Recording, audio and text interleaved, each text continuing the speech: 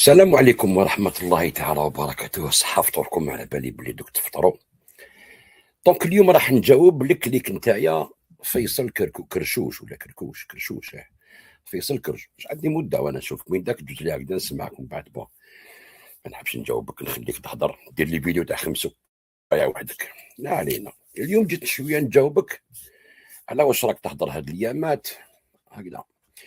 احنا ندير لك فيديو خفيفه برك هكذا باش لوجيك، صدير باش نعرفوا شكون انت، الافكار ديالك، وان شاء الله لي فيديو الجايين نشوف ديكورتيكي الطرح تاعك كامل، نوري لك باللي انت ما تعرفش، جاهل.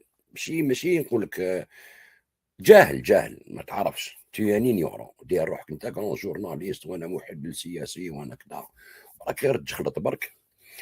ما جيتش انا اليوم في هذا الفيديو نداوس معك على ايران ولا نريبوندي لك على ايران، لا لا لا.